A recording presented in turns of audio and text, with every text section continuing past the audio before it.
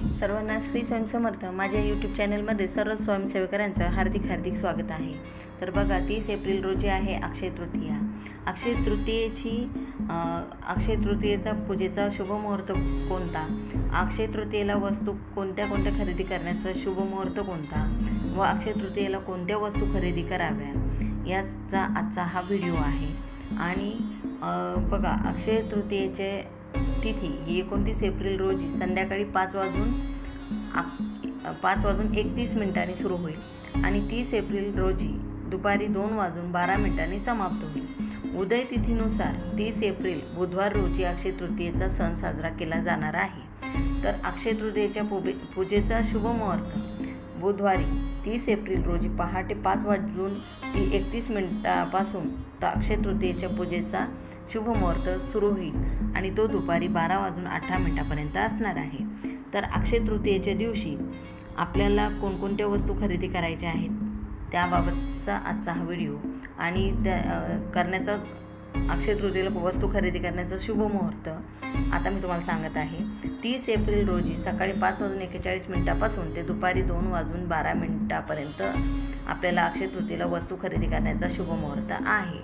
तर अक्षय तृतीयेच्या दिवशी आपण सोनं चांदी या गोष्टी बऱ्याच प्रमाणात घेत असतो। म्हणजे तसं पहिले होतं, आता सोनं इतकं महाग झालं आहे, चांदी इतकं महाग झालं आहे की आपल्यासारख्या म्हणजे मिडल क्लास लोकांना म्हणा, सामान्य लोकांना म्हणा शक्य नाही आहे। तर त्या वस्तू आपल्या घरात सोनं आणणंच गरजेचं नाही, तर त्या व्यतिरिक्तही दुसऱ्या वस्तू आहेत की ज्यांनी आपल्या घरात माता लक्ष्मीची कृपा राहील आणि भगवान विष्णूंचाही आपल्याला कृपा आशीर्वाद राहील। यासाठीचा आपल्याला कोणकोणत्या वस्तू आणायच्या ते मी तुम्हाला आता सांगणार आहे। तर सर्वप्रथम आपल्याला कापूस आणायचा। कापूस तुम्ही आणू शकता ज्याच्यामुळे व्यवसायात वृद्धी मिळते। तुम्ही खडेमीठ आणू शकता ज्याच्यामुळे घरात समृद्धी येते। पण हे खडेमीठ आपल्याला खाण्यासाठी वापरायचं नाही, हे खडेमीठ तुम्ही काचेच्या बरणीमध्ये भरून ठेवायचं आहे। याचा उपयोग तुम्ही बाकीच्या गोष्टींसाठी करू शकता, लादी पुसण्यासाठीही करू शकता किंवा जर तुम्हाला वाटत असेल की नजर काढण्यासाठीही करू शकता।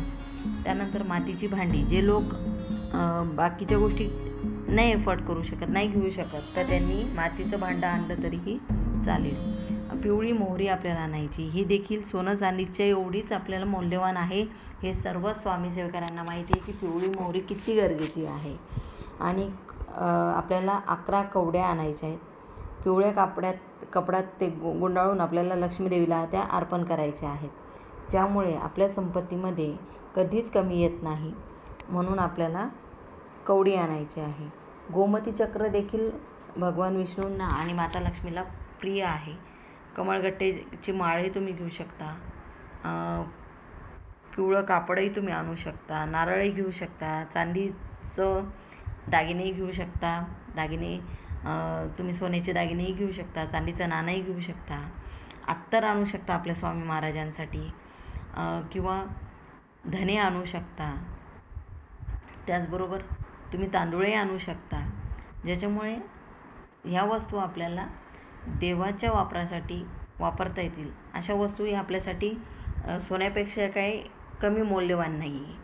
आपल्यासाठी देवघरासाठी आपण काय वस्तू घेऊ शकतो त्या वस्तू आपण आणू शकतो। किंवा एखाद्याला खूप झाडे लावण्याची आवड आहे, तर अशा लोकांनी तुळसही आणू शकता, मनी प्लांट आणू शकता, बांबूचं झाड आणू शकता, पामचं झाड आणू शकता।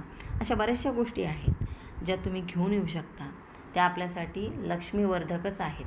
त्यामुळे आपल्याला आपल्या घरामध्ये आर्थिक स्थिरता राहण्यासाठी, आपल्या घरात समाधान राहण्यासाठी व्यक्तीला पैशापेक्षा समाधान खूप गरजेचं आहे। बऱ्याचदा काय होतं माहिती का, पैसा आहे पण समाधान नाही, रात्रीची झोप नाही, या गोष्टी फार महत्त्वाच्या आहेत। तर आपल्या देवघरासाठी आपल्याला जेवढ्या वस्तू आणता येतील आपल्या देवासाठी त्या घेऊन येऊ शकता।